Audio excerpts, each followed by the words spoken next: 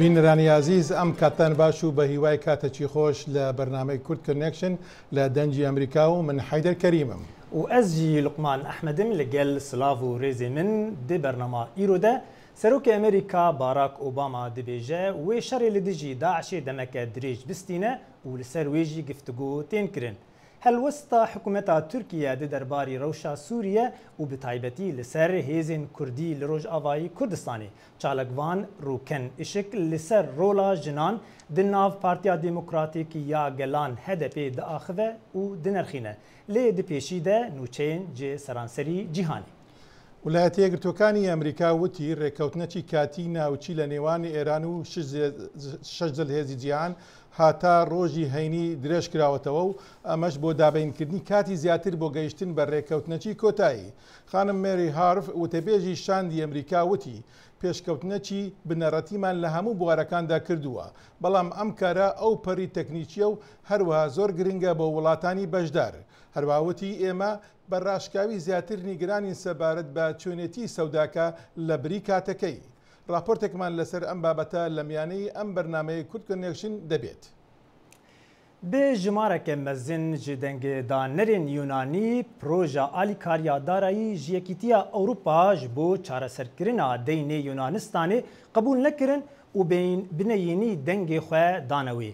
Encaman diyar kir goşestûyekê ji sedî ji gelê Yunanistanê hişdariya serok û rêberên Ewropayê paşguh kirin û bengewaziya wan jî qebûl nekirin ji bo destgirtina darayî got bi vê yekê dibe Yunanistan ji grûpa Euro ya ji 19 dewletên Ewropî veqete.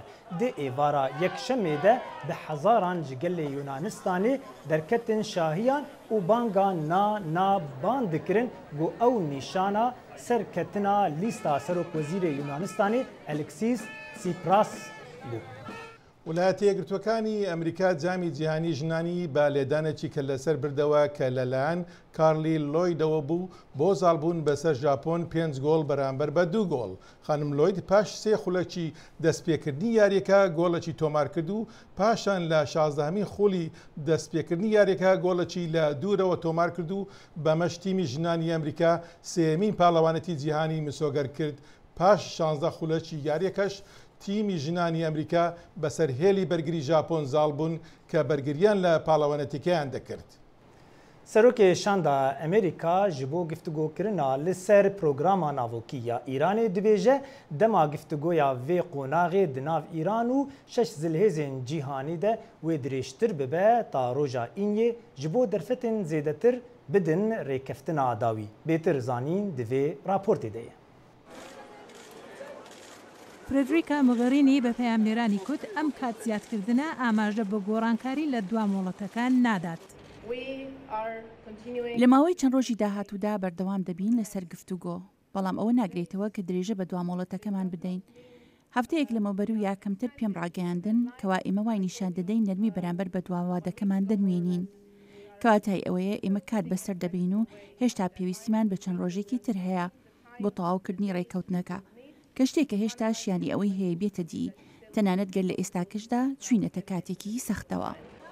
وەزیری دەرەوەی فەڕەنسا بە پەیامنێرانی کوت ئەو بۆ ماوەیەک دەگەڕێتەوە فەڕەنسا بەڵام پشتڕاستی کردەوە گفتوگۆکان بەردەوامن. وتوێژەکانی ئەتۆمی ئێرانی کارێکی ئاسان نییە و بە گرژی و ئاڵۆزیدا تێپەڕیوە، بەڵام دانوستانەکان بەردەوامە بەلای فەڕەنساوە. ئێمە پێداگیری دەکەین بە تایبەت لەسەر پێویستی سنووردارکردنی ڕاهەندی توێژینەوەی ئەتۆمی و گەشەپێدانی، هەروەها گەمارۆکان و دانانەوەیان و شیانی ڕەهەندەکانی لەشکری لە کارەکانی ڕابردووی ئەتۆمی ئێراندا. من ئەم ئێوارەیە دەگەڕێمەوە بۆ پاریس بۆ بەشداریکردن لە وتوێژەکانی ئەنجومەنی وەزیران و وتوێژەکانی پەرلەمانی دوانی وەڕۆی سبەی لەسەر قەیرانی یۆنان. من سبەی ئێوارە دەگەڕێمەوە بۆ ئێرە بۆ ئەوەی دەست بەکاری خۆم لە مەڕ وتوێژەکان بکەمەوە. من ڕێنماییم بۆ شاندەکەمان بەجێهێشتووە بۆ ئەوەی هەمان هەڵوێستیان هەبێت کە بە شێوەیەکی توندە بەڵام بنیادنەر بێت. ئەمە تەنها ڕێگەیە بۆ گەیشتن بە ڕێکەوتنیەکی کارە. وەزیری دەرەوەی رووسیا سێرگەی لاڤڕۆڤ ئەویش پشوێک دەدات. وتوێژەکان بەردەوامن، ئێستا من ئەڕۆم، ئەوانی تریش هەموو ئەڕۆن. ئەم گەڕەی گفتوگۆکان لەسەر بنچینەی ڕێکەوتنی چوارچێوەی مانجی 4 دەبوایە لە کۆتایی هەفتەی ڕابردوو تەواو ببوایە، بەڵام دواتر بۆ 1 هەفتە درێژەی پێدرا. نوێنەرانی شەش هێزی جیهان و ئێران درەنگانی دووشەمە و سەر لە بەیانی سێشەممە بەردەوام بوون لەسەر گفتوگۆکان. تا پێنجشەممە ئەگەر ڕێکەوتنێک بێتەدی کۆنگرسی ئەمریکا 30 ڕۆژ مۆڵەتی هەیە پێداچوونەوەی پێدا بکات و دەنگی لەسەر بدات بۆ ئەوەی سزای یاسادانەراندا ناوە هەڵگیرێن یان نا. لە پاش پێنجشەممە مۆڵەتی پێداچوونەوە دەبێتە 6 ڕۆژ. هاتە بەرشێوانی دەنجی ئەمریکا. کاک لوقمانەوە پێدەچی دیسان جارێک کە ئەو توێژەکانی ناوچی ئێرانیان تا ڕۆژی هەینی درێژ کردەوە. ئەلبەتە بە پێی وتەبێژی شاندی ئەمریکایی لە دانووسەندەکاندا لەبەر ئەوەش درێژراوەتە چونکە پێشکەوتنێکی زۆریان کردووە نانەوێت دەسیلی هەڵبگرن. ئەودا تا ڕۆژی هەینی درێژراوەتە بزانین تا ئەو کاتە چیە بێتن. ڕاستەهین ینی پرس گەلێک هەیە چاوی دنیای تەرد لەسەر ڕاستی ئەv ڕێککەفتنە هانەیش بەر ڕێککەفتنە گرنگش بۆ نەبوو ئێران تەنی ڕاستی بۆ ڕۆژەلاتە ناوین ئەو شەڕێ گۆنەها چێ دەبێ لێخوانەی دناوێ گفتوگۆیان دێ هەنێک بەرژەوەندیان وڵاتێن ئەوروپی وڵاتێن زلهێزی جیهانێ گۆ زوز و ناخوازن ئەو ڕێککەفتن بسەرکەوێ و پرسگرێکن هەرێمێ جی چێت بخوانەی دەبن کەلەم لە پێشیا وێ ڕێککەفتنێ. بەڵێ بزانین ئەمریکاش چیەکاتن کۆنگرس. بلێ وەزیرێ بەرەوانیە ئەمریکا ئاشتۆن کارتەر ئیرۆ سێشەمێدە لێ کۆنگرسا ئەمریکی گفتگۆیا ئستراتیجیە ئەمریکا دکە لەسەر شەڕێ دژی داعشێ ڕۆژێکێ پشتی گوتنا سەرۆک ئۆباما گۆ وێ شەڕێ داعش دەمەکە درێژ بستینە بێتر زانین دەوێ راپۆرتی دەیە. ئمرۆ سێشەممە ئاشتن کارتەر وەزیری بەرگری و مارتن دەمسی سەرۆکی ستوناو بەشەکانی لەشکری ئەمریکا چوونە بەردەم قانوندانەران بۆ باسکردنی استراتیژی ئەمریکا بۆ شەڕی دژی کۆمەڵی تۆرۆریستی دەوڵەتی ئیسلامی ناسراو بە داعش لە سووریا و عێراق. ئەمەش ڕۆژێک پاش ئەو بوو کە سەرۆک ئۆباما گوتی کۆشەکە شەڕێکی درێژخایەن و سەخت دەبێت هەروە پێویستی زیاتر لە هاوکاری لەشکری ئەمریکا دەبێت بۆ سەرکەوتن. ڕۆژی دووشەممە بەراک ئۆباما سەرۆکی ویلایەتە یەکگرتوەکان سەردانی پەنتاگۆنی کرد بۆ وتوێژکردن لەگەڵ تیمی ڕاوێژکاری ئاسایشی نیشتمانی بۆ تاوتوێکردنی استراتیژی ئەمریکا کە چی کاریگەری و چی دەتوانرێت باشتر بێت بۆ شکستدادن بە داعش. پاش کۆبنەوەیکی لەگەڵ ئەندامانی تیمی ئاسایشی نیشتمانی سەرۆک ئۆباما بەڵێنیدا پەرە بە هێرشەکان بدات بە تایبەتی لە سووریا بۆ لە ناوبردنی یەکدەگەنەوتیەکان و ڕێبەرایەتی داعش. من ئەوەم بۆ تیمەکەم ڕوون کردەوەکەوە ئێمە کاری زیاتر دەکەین بۆ ڕاهێنان و دابشکردنی پێویستی بۆ ئۆپۆزیسیۆنی نەرمڕێ لە سووریا. هەندێک لە لێکۆلەران ڕەخنیان لە کاریگەرێتی ئەمریکا لە سووریا هەیە. براین کاتۆلیس بە ڕێگای سکایپەوە بە دەنجی ئەمریکای گوت سووریا خاڵی هەرە لاوازی سەرۆک ئۆبامایە لە استراتیژی شەڕی دژ بە داعشدا. شتێکی ڕۆنا جمەجۆڵێکی زۆر لە سووریا لە گۆڕێدایە بەڵام پێناچێت کاریگەریکی ئەو توێی هەبێت لە بەرەو پێشەوە بردننی ئامانجەکانمان یاخود ئامانجەکانی سیاسەتی دیاریکراومان. سەردانەکەی سەرۆک بۆ پەنتاگۆن دوا بە دوای چەند ڕۆژی پەلاماری ئاسمانی چڕ بوو دژی کۆمەڵی داعش بۆ نمونە پەلامارێکی ئاسمانی پردێکی مەزنی هێلی گواستنەوەی داعشی ناو برد لەسەر ڕێگای ڕقا کە دەوڵەتی ئیسلامی بە پایتەختی خۆی لە سووریا ناو بردووە. سەرۆک ئۆباما گوتی زیاتر لە 5,000 پەلاماری ئاسمانی هەوپەیمانی بە هاوکاری لەگەڵ کاری هێزە خۆجەیەکان بە شێوەیەکی سەرکەوتوانە پاشەکشەی بە داعش کردووە لە عێراق و سووریادا. گوتی بوونەتە مایەی کۆنتڕۆلکردنەوەی ناوچەکانی وەک سەدی مووسڵ شاخی شنگال لە سەرتاپای پارێزگاکانی کەرکووک و هەولێر و لە تکریت و تەنانەت بڕینی هێلی گواستنەوەی پێداویستی لە باکووری سووریا کە بۆ داعش گرنگن. ئەمانە ئەومان وەبیردەهێننەوە کە لاوازبوونی استراتیژی داعش ڕاستە. بەڵام سەرۆک ئۆباما هۆشداریدا کەوا هیچ هێزێکی لەشکری ناتوانێت داعش ببەزێنێت ئەگەر کۆشی سیاسی و ئابووری لەگەڵ نەبێت بۆ پڕکردنەوەی بۆشاییکەوە بەهۆی شکستی ئەوانەوە ساز دەبێت.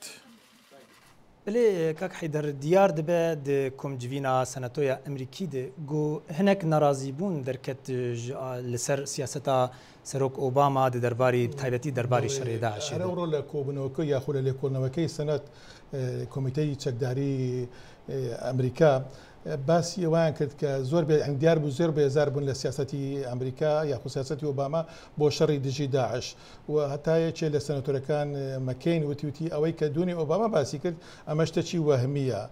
بەڵام یەکێ لە سەنەتۆرەکانی دیموکراتەکان سەنەتۆر کین ئەو پەسنی سیاسەتی ئۆبامای کرد هەتا ئاماژەی بۆ کرد کە 2 هەفتە لەو پێش لە هەرێمی کوردستان بۆ سەرۆکی هەرێم وتوێتی سوپاس بۆ سەرۆکی ئەمریکا ئەگەر ئەو نەبایە بردومانی داعشی نەکردا بە لەوانە بوو ئێمە لێرە نەبین بۆیە تر ئەنی هەر رێکە و هەر لە ئەندامانی بابنە کۆمارەکان پستنی لایخوایان دەکەن وانیش پستنی دموکراتەکانش پستنی سەرۆکی پێسیاسەتی ئۆبامە دەکەن. پارتی ئەکەپەی دەسەڵاتدار لە تورکیا نیگەرانی خۆی دەربڕی سەبارەت بە سەرکەوتنەکانی کورد لەسەر سنووری تورکیا و سووریا هەروەها کاریگەرەتی لەسەر استراتیژی هەوپەیمانەتی نێونەتەوەی بەرامبەر بە داعش بابەتی ئەم راپۆرتەی هاوکارمان سیروان قەچۆیە.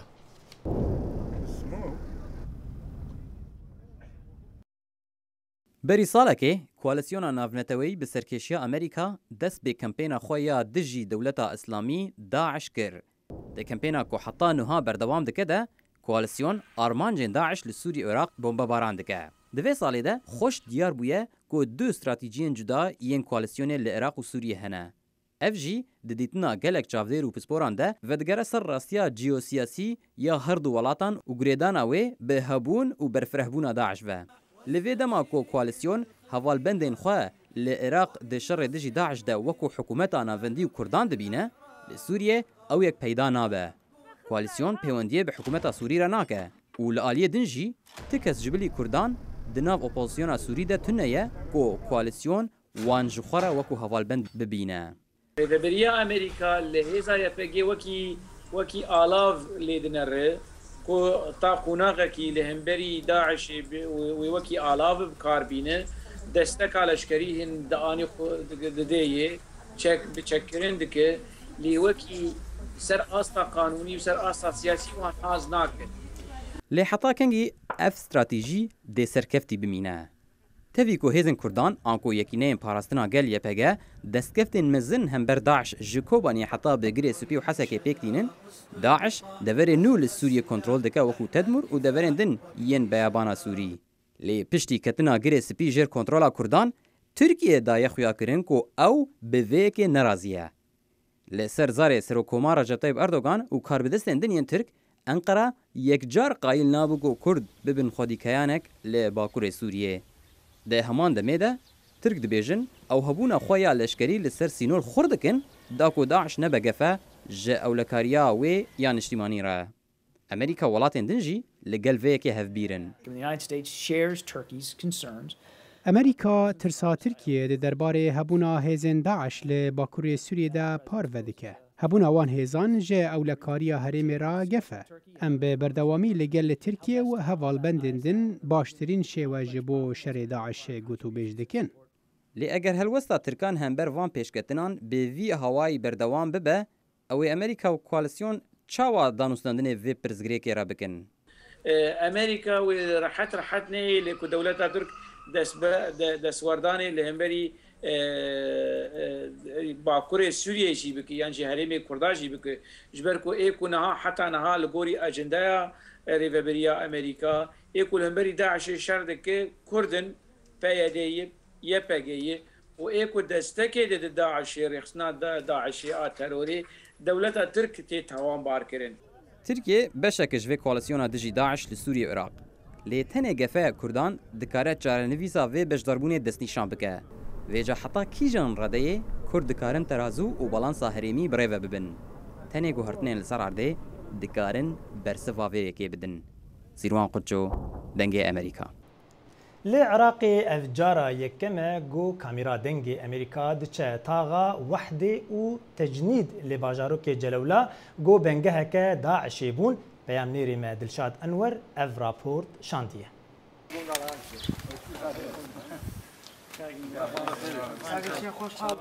کامێرای دەنگی ئەمریکا بۆ یەکەم جار دەچێتە گەڕەکەکانی تەجنید و وەحدەی جەلەولا کە بارگای سەرەکی داعش لەو گەڕەکانەدا بوو 4 مانگ شەڕی قورستیاندا بەردەوام بوو. ئەم بینایە بارگای سەرەکی داعش بوو کە لە ڕێگەیەوە داعش دەیان پێشمەرگەی کردە ئامانج کە بیناکە بە تەواوەتی سوتاوە و پاشماوەی چەک و تەقەمەنی تێدا بەجێماوە. ئەمە شوێنی ڕیسی داعش بۆ لێراگا قەناسەکانیان لێرا بووە بەم لیزەرە لە جێگایە گۆلی لە کونیە گۆل لیزەریان لێمانەدا کە ئێمە مەشغوڵکەن پێوە تەماشای ئەو لیزەر بکەم گەورم بڵێن گەورەمە لەورۆ لیزەرمانێتەن کە ئێمە هەست نەپا و لاگەت تەماشای لیزەرەکە بکەین لە لاتەنیشتەوە تەقیان لێمانەکە بریندارمانیانەکە شەیدماندا لەراگەەوە بەڕاستی هێزی پێشمەرگا بە ورە بەرزیەکەوە بەرامبەریانیاگەت بە چاو نەترسیەوە ئەم لیزەرە وای لێمە کرد کە ئێمە مەشغوڵ کات کە بڵێ ئەوش لاگە تەقەمانیەکەن کەچی لەولاترەوە تەقیان لێما کرد. بەهۆی ڕوودانی شەڕی قورس و ماڵ بەماڵ لە گەڕەکی وەحدا ئاسەواری فیشەک و ئاربیجی بەسەر دیواری خانوەکانەوە دیارە. بەڵێ ئەمە بارگای ڕێسی داعش بوو ئەوە کوونەکانیانە ئەگەر تەسووری کابرایی بەڕێزم ئەوە شوێنی پێشمەرکانی ئەمەیە ئەمە کونی قەناسەکانی ئەوانە چەند جۆرە سلاحێکیان پێ بوو یەکیان لەو کە تالیبەری پێلێن ئەمەیە ئەمە قەباقەتی بیکەیسیان پێ بوو قەناسیان پێ بوو ئێمە لێرە دوو ئەفسەرمان شەهید بوو یەکیان بە پلەی مقەدەم شەهید ئەنوەرێکیان بە پلەی ڕایت کاک حەمەڕەزا بوو خوافیان مۆڵگەی شەڕی داعش لە جەلەولا ئەمە مۆڵگە ڕئیسەکەیانە ئەوەی ئەزیەتی خەڵکو و پێشمەرگێدا ئەلەم بینایەوە ئەبوو ئەویش قواتی پێشمەرگەی لێبوو ئەوش قواتی پێشمەرگەی لێبوو ڕۆژانە شەڕ لێرە دروستە بوو. دانیشتوانی گەڕەکەکانی تەجنید و وەحدەی جەلەولا کە عەرەبی سونەن تۆمەتبار دەکرێن بە هاوکاریکردنی داعش بۆیە پێ ناچێت ڕێگەیان پێ بدرێت بگەڕێنەوە خانوە وێرانە بووەکانیان. دڵشاد ئەنوەر دەنگی ئەمریکا پارێزگای کەرکووک. ڕۆڵی ژنان لە پەرلەمانەکانی جیهاندا بە تایبەتی ژنانی کورد کەوا وەک پاڵێوراوی هەدەپە لە مانجی 6 بۆ پەرلەمانی تورکیا هەڵبژێردران ئەو تەوەرە وتوێژی هاوکارمان معتەبەر شێروانیە لەگەڵ ڕۆکن عشق خوێندکاری دکتۆرە لە زانکۆی مەریلاند سەرەتا سەبارەت بە بۆچوونی خۆی لەمەر دەستکەوتنی ژنانی کورد دەدوێت. سپاسکن براستی سەرکەفتنê jinên HDP سەرکەفتنێکی gelekî mezin bû ji bo parlemenê Tirkiye ku parlemenê di hilbijartinê berê de di hejmara jinên parlamenter heft û neh bû û niha jî gihiştiye 98 û bi eviya jî bi saya HDP bû ev jî gelekî yani serkeftinekî baş e bo hem tevgera jinan li Tirkî hem jî ji bo jinên Kurd ez bar dikim hem jî ji bo jinên rojhilata navîn. Belê بەڵام لە ئاستی جیهانی دا ئەگەر بکرێ باسی ئەو بکەیت چونکی توێژینەوەی تو لە ئاستی جیهانی لەسەر ژنان بەشداری ژنان بە تایبەتی لە پەرلەمان چۆنە لە ئاستێکی جیهانی. میتوبەر خانم ez dixwazim piçekî behsa raporta netewên yekbûyî bikim ku di meha yekemîn ya vê salê 2015 belabûye li gor vê raportê temsilkirina di radeya temsilkirina jinan di seranserê cîhanê ji sedî 22 ye yani heman yani seranserê cîhanê de û ev hejmar wek hema weke em tên dinêrin rojhilata navîn dikeve 16 û li Amerîka jî mixabin temsilkirina jinan ne ev qas zêde ye mesela li senatoya li Kongresa Amerîkî ji 100 senator tenê 20 jin hene jin hene û balkêşe di hemê dinyayê de tenê de li Rwanda temsilkirina jinan gelekî bilind e ev jî bi ji sedî 63 ye yani temsilkirina jinan ne tenê li Tirkiye yani rojhilata navîn li seranserê dinyayê de jî gelekî kêm e li herê bilind li Ewropayê li devletin wek Norveç, İsveç wan derene gelekî bilind e ji ber vê yekî jî ez dikarim bêjim di heman di seranserê cîhanê de yani pirsgirêka vekeviya jin û mêran hene di temsilkirinê de di divarê temsilkirina di parlemenên cîhanê de tiştekî pirsgirêkî wiha heye.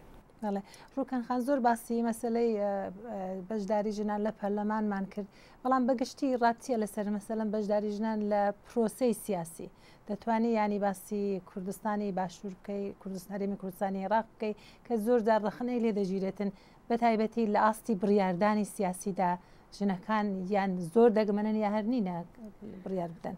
شەرên dawî li Kobanî li Rojava ku خسهولێک و ژنن کورد gelekî zirêkin em dizanin niha dikarin şervanê jî bikin lê em berê jî dizanin li Îranê li qedepê Îranê de jî jinin pêşmergê ji xwe berê de hebû yani berê heşdan hebû yani hem ne tenê jinin gerîla heye ne jinin pêşmergê jî hene lê divê ku jin ne tenê di varê şer de divê ku jin di varê civatê de cî xwe bigire yani jin tenê bermalî malî nine yani ne ku yani jin tenê li malê bisekine bira di civatê ki cî xwe bigire di perwerdiyî de cî xwe bigire lê kuna min bi giranî ez li ser tevgera jinên têkoşîna jinên li Tirkiye li Kurdistanê Bakur dinêrim lê tabii ki em dinêrin em dibînin ku li Başir Kurdistanê de mesela veze avqas nav wezaretan de tenê wezîrekî tenê heye xanimekî tenê heye wek wezîr divê ku jin di asta biryardayîn de jî cî xwe bigire yani ev hem ji bo Kurdan tiştekî erenî hem jî nakekî baş dibe ji bo rojhilata navîn ez bawer dikim. زۆر زۆر سپاسی جەناب دەکەم ڕوکان عشق شارەزای توێژینەوەکانی نێونەتەوەی لە بواری ژنان و هەروەها ژەندەر سپاس دەکەم بۆ ئەم دەرفەتەی بە ئێمەدا. Ez ê spas dikim ku bûbûm mêvanê ve spas dikim. Lê herêma Bilûcistanê Başûrî Rojavayê Pakistan astengî û kêşeyên avê hene. Got roj bi roj zor û dijwartir dibin. Bêgo hikûmeta Pakistanî çareserîkê jê re peyda bike. Bêtir zanîn di vê raportê de ye. لەگەڵ ئەوەی بلوچستان بە سەرچاوەکانی گازی سروشتی و کەنزەکان دەوڵەمەندە بەڵام لە مێژەوە گرفتی ئاویان هەبووە. بەهۆی کەمی بارانەوە ئاوی بیر سەرچاوی سەرەکیە بۆ خواردنەوە و کشت و کاڵ. بەڵام هەڵکەنینی دەیەها هەزار لە بیرەکان بەڕێی قانونی و ناقانونی بۆ تەمایی مەترسی لەسەر ئەو سەرچاوەیە دەکیە گرنگە. لەم دەمەی ژماری زیاتری خەڵقیش ڕوو دەکەنە شارەکان تا دێت بیرەکان قۆڵتر لێ دەدرێن. تا چەند ساڵ لەمەوبەر لە قوویتەی پایتەختی هەرێمی ئەو لە قوڵایی 90 مترا دەدۆزرایەوە بەڵام لە ئیستاکە بۆ زیاد لە 365 متر ئینجا ئاو دەدۆزرێتەوە. کابدەسان و شارەزایان دەڵێن بەبێ پرۆگرامەکانی چرپڕ بۆ پاراستنی ئاو دۆزینەوەی سەرچاوی تری ئاوی ژێرزەمین ئەگینا ئەو شارە لە ماوەی چەند ساڵێکدا بێ ئاو دەبێت. لە ئێستاکەدا باخەکانی سێ و قۆخ و قەیسی لە دەروی قوێتە ڕوبەڕووی کێشەی سەخت بوونەتەوە و بەرهەمەکانیان بەرەوزیا لە 170 کەمی کردووە. من 1500 داری میوەم لە ڕێگەوە هەڵکێشاوە و ئەو باخەی کە پێشتر قازانجم لێ دەکرد لە ئێستادا زەویەکی بێ بەروبوومە. هێندێکە سوودیان لەو ڕەوشە وەرگرتووە. بیرەکانی ناقانونی کە بە قوڵی لێ دەدرێن بە زۆری خاونەکانیان کەسانی خاوەندە سەڵاتی سیاسین کە ئەو بە قازاجێکی زۆر بەو کەسانە دەفرۆشنەوە کە دەستیان ناکەوێت. بەڵام بۆ زۆربەی خەڵقی لەم شوێنەدا بە تەنها کڕینی ئاو بۆ مانەوە لە ژیان قورساییەکی ئێجگار گەورەی دارایی لە سەریان دەکەوێت. ئێمە لە مانگێکدا 15,000 ڕوپیە سرف دەکەین بۆ ئەوەی بە تەنها ئاوی پێ بکڕین. ئەوە بەشەشی زۆری داهاتمان دەخوات و بۆتە کارێکی زۆر سەخت تا پارەی پێداویستێ بنەڕەتەکانی ترمان بدەین. ئێمە نزیکەی هەموو ئاومان لە چینەکانی سەرەوەی زەوی دەرهێنا و لە ئێستادا زەویەکە قوڵتر هەڵدەکەنین بۆ ئەوەی دەستمان بە ئاوی ژێرزەویدا ڕابگات. هەڵبەتە هەڵا نابێت گەر بڵین ئێمە ئاوی نەوەکانی داهاتوومان بەکار دێنین. ڕێبران لە ئێستاکەدا گیریان خواردووە تاوای دەربخن کە لەم بوارەدا پێشکەوتون. بەڵام ڕخنەگران دەڵێن حکوومەتەکانی پێشوو ئەوانی ڕێیان دەدا بە ژمارەی زۆری بیرەکانی کارەبایی زیانێکی ئێجگار زۆریان گەیاندووە و لە ئێستاکەدا ئەوەندە کات بەدەستەوە نەماوە بۆ چاکردنی ئەم بارودۆخە. شایان پاشا، دەنی ئەمریکا. ئەمریکا و چین دوو بازاری مەزنی جیهانن بۆ فرۆشتنی ئاژەڵی کێوی بە شێوەیەکی ناقانونی. کاربەدەستانی هەردوو وڵات بەڵێنیان داوە هاوکاریەکانیان زیاتر بکەن دژی ئەو کارە بازرگانیە ناقانونیانە. زیاتر لە راپۆرتی ڕەڤین دۆسکیە. پسپۆرن پاراستنا حیوانان دبێژن نێجیروانن نەقانونی di sala borî de bi hezaran ji fîlan û raynoyan kuştine. Qoçê raynoyan û fîlan تێنە بکارانین لە gelek deveran ji bo çêkirina dermanan. Ev her du pirsgirêkene yê Amerîka û Çîn bi hevra li ser axivîn li Washington ta ku şerê kuştina heywanin bejî yên neqanûnî bikin. Ev ne tişteke kesek taybet dike, lê gelek kes bi milyaran pare didin û ev e piştgiriye ji bo tundutî jî. Da ku zêdebûna van kuştina bînin berçav, fermandarên Emerîkî çermê heywanan, qoçên raynoyan û çermê maran yên ku wan li firokxaneyan ji xelkê standine pêş gelê Emerîkî kirin. Alîkara Wezîrê Derve Judy Garber dibêje ku fermandar kar dikin li ser rawestandina daxwaziyên xelkê li ser van heywanan li Amerîka û derveyê Amerîka. Ez dibêjim ku gelek kes fêm nakin, da ku tu qoça fîl hebe, divê tu wî bikujî. Wezîrê Dewletê Çînê dibêje ku welatê wî xwedî helwesteke tund e hember bazirganiya neqanûnî ya heywanin bejî. Her du alî li hev hatin ku kampeynin agahiyê belav bikin digel bicîanîna qanûnan. Ravin Doskî, Dengê Amerîka.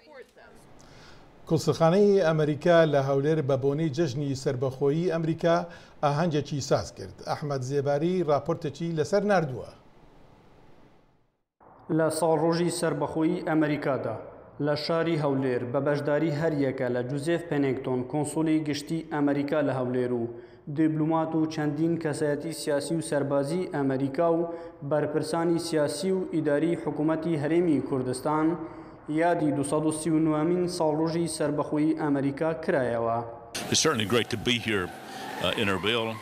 بە دڵنیاییەوە زۆر خۆشحاڵم من لێرە لە هەولێردام. پاشنێوەڕۆ ڕێکخراوەی دۆسایەتی کوردستان و ئەمریکا ئاهەنگی 4 جولایی بۆ ئەمریکا دەگەڕن. من وتارێکم پێشکەش کرد کە تێدا باسی ئەوەم کرد. من خۆشەویستی زۆرم بۆ گەلی کورد هەیە. تا ئەو ڕادەی من ئاگادارم گەلی کورد تەنها گەلێکن لەم جیهانە لە ڕۆژهەڵاتی ناوەڕاست ڕۆڵی بەدیان نەبووە بەڵکو بە پێچەوانەوە بەدکاران بەربوونەتە گیانیان و بۆ سەدان ساڵە دەیان چەوسێنەوە. گەلی کورد هەر لە کاتی ئیمپێراتۆری عوسمانیەوە کەسانێکن کە دەتوانی بڕوات پیان هەبێت و پشتیان پێ ببەستێت.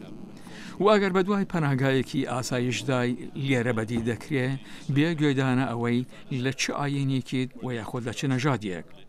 جا بۆ من ئێمە زۆر خۆشحاڵین لە بەشە جیهان کەسانی وەکو کوردمان هەیە کە پێشان ئەدان ئازادی ڕاستەقینە و ڕێبەرایەتی چ واتایەکی هەیە. ئەوان ئەمڕۆ لە بەرامبەر داعش کە یەکێک لە هەر دژمنانی بەدکاری جیهاندا ڕاوەستاون. ڕاستە کەسانێکی تر لەوەدا هاریکاریان دەکەن، بەڵام لە بناغەدا بەتەنیا لە بەرامبەریان ڕاوەستاون و ئەمڕۆ پێشمەرگەیە شەڕی ئەو هەرە بەدکارانە لە ئەستوو گرتووە. سەرکەوتنیان بۆ دەخوازم و ئومیدەوارم جیهان لەو بەدکارانە پاکەنەوە. ئامادەبووان وێرای پیرۆزبایی جەژنی سربەخۆیی لە گەل و حکوومەتی ئەمریکا جەختیان لە قوڵترکردنی پەیوەندیەکانی نێوان گەلی کوردستان و گەلی ئەمریکایان کردەوە و پیرۆزبایی گەلی کوردستانیشان گەیاندا گەلی ئەمریکا. شیروان بارزانی سەرۆکوەزیری هەرێمی کوردستان زۆر پێخۆش بوو لێرە بووایە، بەڵام بەداخەوە پێ نەدەکرا. بەڵام هەروەها داوای لێکردم باشترین درود و ئارەزوەکانی پێتان ڕابگەێنم. پێروزبی ڕۆژی سەربەخۆیی. ئەحمەد زێباری دەنگی ئەمریکا، هەولێر.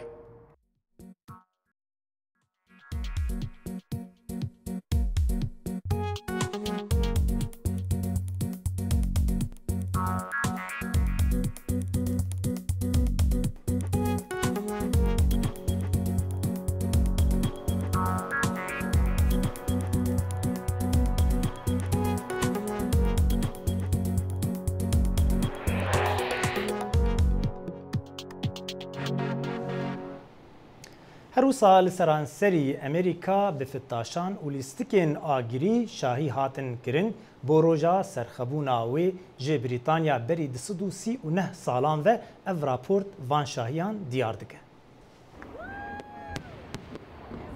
هەزاران خەڵک لە ئێوارەی شەمە کۆبوونەوە لە ناشنل مۆڵ لە واشنگتن بۆ بینینی یاری ئاگری کە لەلایەن هەندێک لە بینەرەکان بەرز نرخێندرا. ئاهەنگەکانی ڕۆژی سربەخۆیی ئەمریکا بەبێ هیچ ڕووداوێکی بەرچاو بەڕێوەچوو.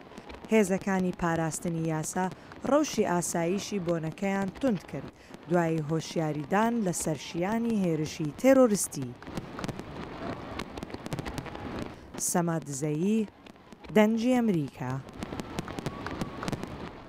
بله تماشاوانی هجا ام گشتن داویا وی خلکی جی کرد کونکشن تا خلکک دن بمینن دخیر و خوشیه ده لگل سلاو و ریزی کارمنده فشی کردی لدنگ امریکا